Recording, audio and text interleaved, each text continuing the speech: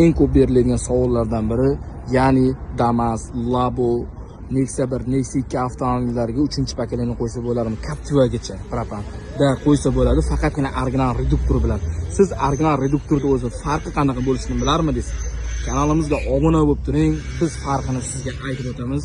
Ahamiyat berib qo'ysa, barcha viloyatdan bizga propan va metan ustanovkaga kelgan Toshkent, Samarqand, Qashqadaryo, Surxondaryo optim propan va metanni sizga taklif qilib qolamiz skidka narxida. Xo'p, 3-pakelikni original Atiga reduktor. Ikkalasi ham ko'rinishi bir xil, bunisi original, bunisi Xitoy.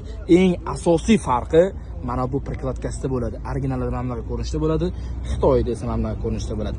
Ikkinchi farqli bo'ladigan joyingiz mana bu joyida ko'rib o'tishdan keyin yozuvini, endi mana bu joyiga Atiga original va mana bunaqa yozilgan, qora ko'rinishda yozilgan bo'ladi.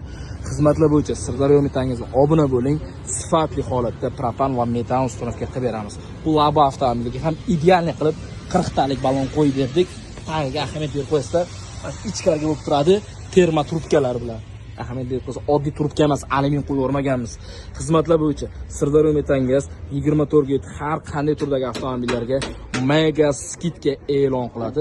Narx-navosi qiziq bo'lsa, pastda raqam qoldirib, Yudaydan tortib MPI motorgacha optim propan metan. Tanlovda adashmaymiz. Obunachilarimiz uchun albatta mega skidkalarimiz bor.